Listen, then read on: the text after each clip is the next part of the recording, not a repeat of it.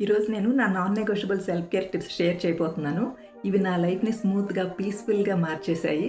And ఇంకా money manifest చేయడానికి కూడా హెల్ప్ అయ్యాయి. ఈ టిప్స్ నా డైలీ రొటీన్‌లో డిసిప్లిన్ అండ్ కాన్ఫిడెన్స్‌ని బిల్డ్ చేశాయి. అండ్ మీరు కూడా వీటిని మీ లైఫ్‌లో ఇంక్లూడ్ చేసుకుంటే మీ లైఫ్ కూడా స్మూత్‌గా, పీస్‌ఫుల్‌గా మారుతుంది. నా 3 non negotiable self care tips ఏంటంటే, నేను ఎవ్రీడే నైట్ 9:30కే నిద్రపోతాను. ఇది నా ఫస్ట్ నాన్ నెగోషియబుల్ రూల్.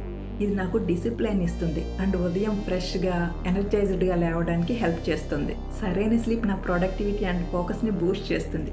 ఇది ఎందుకు వర్క్ చేస్తుందంటే, వెల్ రెస్టెడ్ అయితే మైండ్ అండ్ బాడీ మన గోల్స్ కోసం రెడీగా ఉంటాయి. సెకండ్ వన్, ముందు రోజే అవుట్ఫిట్ ఎంచుకోవటం. నేను ఎక్కడికైనా వెళ్ళాలనుకుంటే బిఫోర్ డేనే అవుట్ఫిట్ చూస్ చేసేసుకుంటాను. ఉదయం టైం లేకపోవడం వల్ల గ్రేట్ అవుట్ఫిట్ సాక్రిఫైస్ చెయ్యను. ఇది నాకు కాన్ఫిడెంట్ అండ్ గుడ్ ఫీల్ ఇస్తుంది.